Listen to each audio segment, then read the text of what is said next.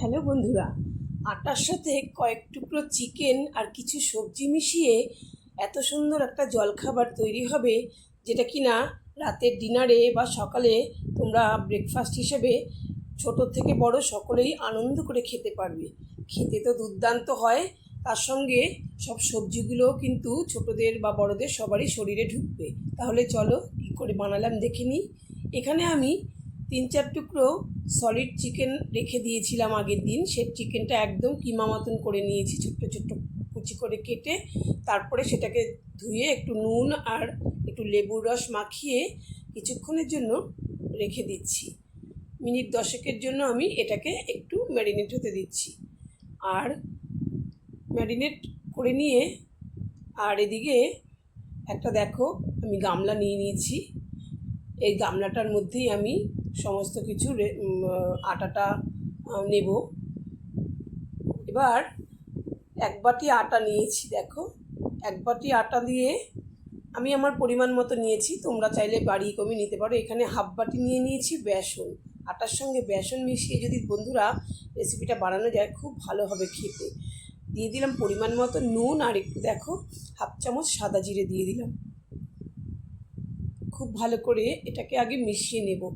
খুব ভালো করে এটাকে মিশিয়ে নিয়ে তারপরে আমি এখানে দেখতে পাচ্ছ একদম মিশে গেছে। তারপরে অল্প অল্প করে জল দিয়ে একটা মিডিয়াম সাইজের একটা পাতলা ব্যাটার তৈরি করে নেব। পাতলা খুব হবে না, মাঝারি সাইজের মাঝারি মাপের আমি ব্যাটার তৈরি করে নেব। দেখো ঠিক এই রকম হবে ব্যাটারটা।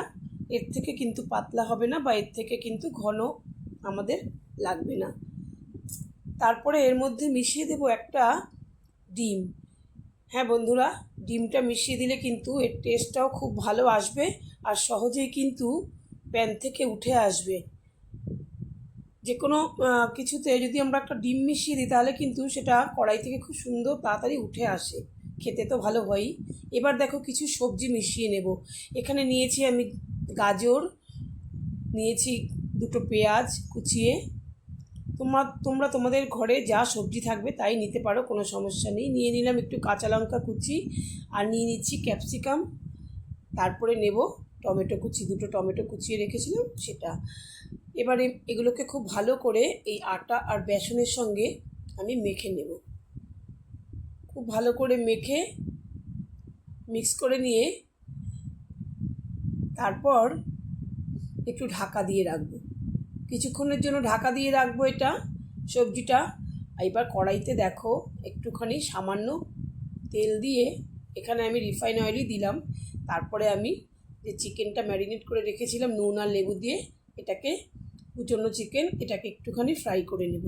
কারণ সবজিগুলো তো একদম কুচো কুচো করে কাটা, ওটা তো সমস্যা হবে না আটার সাথে মেশালে। তো চিকেনটা একটুখানি ভেজে দিলে পরে তবে মুখেও পড়লেও ভালো লাগবে খেতে, তাড়াতাড়ি কিন্তু সেদ্ধটাও হয়ে যাবে। তাই চিকেনটা একটুখানি কড়াইতে আমি নেড়ে দিলাম। এমনি শুকনোই নেড়ে নিচ্ছি, কোনো রসুন বা আদা পেঁয়াজ কিছুই দেওয়ার দরকার নেই। চিকেনটাকে কিন্তু আমি একটু ফ্রাই করে নিয়েছি। এবার এই চিকেনটাকে আমি মিশিয়ে নেব ওই আটার ব্যাটারের সঙ্গে। আর আমি এখানে একটা প্যান বসিয়ে দেব। চিকেনটাকে আমি দেখো বন্ধুরা মিশিয়ে নিচ্ছি এর মধ্যে, সবজির মধ্যে চিকেনটা মিশিয়ে নিলে বন্ধুরা মুখে যদি যখন পড়বে খাওয়ার সময় বাচ্চারাও কিন্তু খুব আনন্দ করে খাবে, খেতেও ভালো লাগবে, ওদের শরীরের জন্যও কিন্তু খুব ভালো হবে। সমস্ত সবজিটা রয়েছে, ডিম রয়েছে, চিকেন রয়েছে, একসঙ্গে কিন্তু পুরো পুষ্টিটা ওরা পেয়ে যাবে। বাচ্চাদের জন্য এটা কিন্তু খুব দরকারি একটা খাবার। এর সঙ্গে দিয়ে দিলাম একটু আদা কুড়িয়ে, আর দিয়ে দেবো দেখো ম্যাগি মশলা। তোমরা এখানে চাট মশলা থাকলে সেটাও দিতে পারো। আর দিয়ে দিলাম একটু লেবুর রস, একটু চটপটা করার জন্য একটু লেবুর রস দিয়ে দিলাম। তারপর এটাকে কিন্তু খুব ভালো করে মিশিয়ে আমি গ্যাসে কিন্তু প্যান বসিয়ে দিয়েছি, সেটা কমিয়ে রেখেছি। তারপরে সেখানে আমি একটু তেল দিয়ে নেব।